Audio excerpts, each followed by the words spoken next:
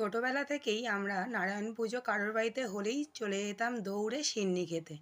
তো আজকে নারায়ণ পুজো যে নিজের বাড়িতে এত সুন্দর করে নিজে আয়োজন করব আমি নিজেও ভাবতে পারিনি। তো আমি একা না, সবাই মিলেই দেখো আয়োজনে ব্যস্ত আমরা। তো আমি এখানে নারকোল কোড়াচ্ছি যেহেতু সিন্নি মাখা হবে। তো দেখো এখানে সিন্নি মাখা হচ্ছে। আর আয়োজন কী কী করেছি একবার তোমাদের বলে দিই। তো আমি ভোগে রেখেছিলাম একটু লুচি, সুজি, একটু পায়েস, যেহেতু এটা নারায়ণ পুজো তাই একটু শুকনো ভোগই রান্না করেছিলাম।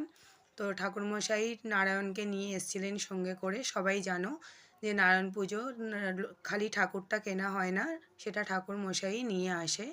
তো দেখো এখানে খুব সুন্দর করে ঠাকুরমশাই বসে পড়েছেন পুজো করতে। তো উনি দেখো পুজো করতে শুরু করে দিয়েছে। তো আমরাও সবাই পুজোতে বসেছি। তো এবার হোম যজ্ঞ দুটোই হবে আর কি। তো দেখো এখন আমরা অঞ্জলি দিয়ে নেব। তো আমি উপোস করেছিলাম আর আমার শাশুড়ি মা উপোস করেছিল। তো এখন সবাই মিলেই পুজোতে বসে গেছি। তো আমার মেয়েও দেখো বসে আছে। আর এখানে আমাদের বাড়িতে সবাই বসে আছি, পুজো হচ্ছে। তো সবাই বলে যে এই হোমটাই সবাই দেখে, যে এই হোমের যজ্ঞের আগুন যত উঠবে তত ভালো বলে কথায়। তো আমাদের আগুনটা প্রথমে একটু ধরতে অসুবিধা হচ্ছিল, তো আমি ভাবছিলাম হয়তো কোনো ভুল ত্রুটি হয়তো হয়েছে কি না।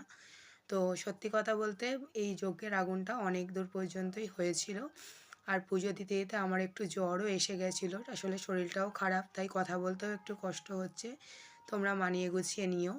আর কয়েকজনকে আমি ইনভাইট করেছিলাম, তো দেখো তাদের জন্য কাশ্মীরি আলুর দম, একটু পোলাও আর রেখেছিলাম লাস্টে একটু মিষ্টির আয়োজন করেছিলাম।